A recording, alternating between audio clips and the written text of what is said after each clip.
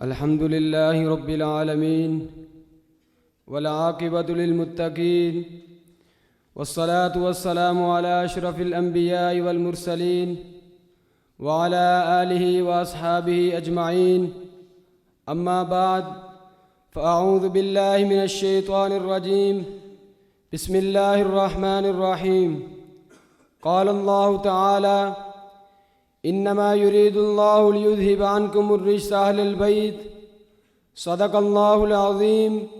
وقال النبي صلى الله عليه وسلم: إنما سميت ابنتي فاطمة لأن الله تعالى فطمها وفطم من أحبها من النار، أو كما قال عليه الصلاة والسلام.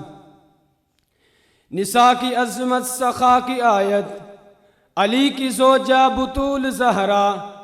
نساء کی عظمت سخا کی آیت، علی کی زوجہ بطول زہرا.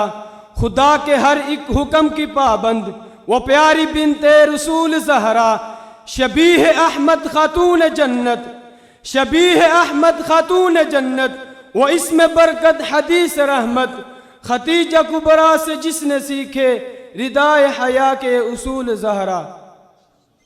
غرامی قدر معزز منصفین حضرات، اساتذہ کرام، شرفائے ملت، دوستوں، بزرگوں، عزیز ساتھیوں، آج میں آپ حضرات کے سامنے سیدہ خاتون جنت حضرت فاطمہ الزہرا رضی اللہ تعالی عنہ کے فضائل و مناقب اور عمل کو علماء اہل سنت والجماعت کی روشنی میں بیان کرنے کی کوشش کر رہا ہوں.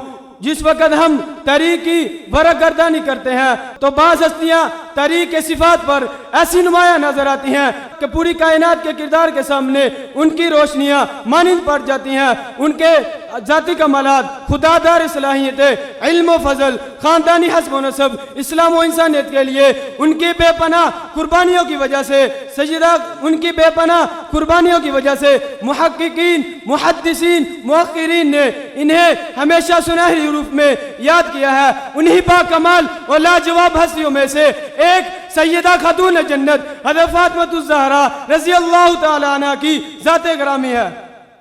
جہاں آپ کے کمالات کے ادراک سے انسان کی ناقص عقل قاصر ہے، وہاں آپ کی فضیلتوں کو بیان بشریت کی زبان سے ممکن نہیں. آپ کے خالق لم یزل نے کائنات عالم کی تمام عورتوں سے نمونہ عمل قرار دیا ہے. آپ کی شخصیت کا موازنہ کسی سے نہیں کیا جا سکتا، اور نہ ہی کوئی عظمت آپ کی عظمتوں کو بیان کر سکتی ہے.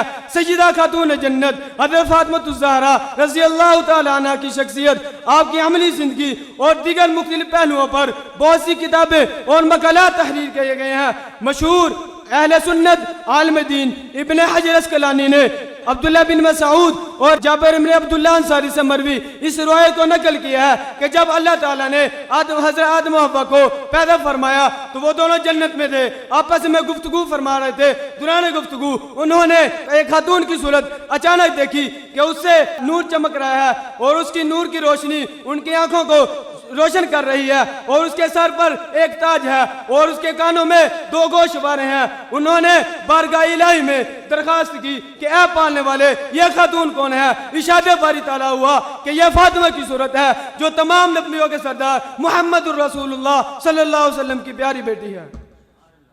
حضرت عبداللہ بن عباس رضی اللہ تعالیٰ عنہ سے اس روایت کو نقل کیا ہے کہ جب فاطمہ بنت رسول خدا کی ولادت ہوئی تو آپ صلی اللہ علیہ وسلم نے ان کا نام منصورہ رکھا.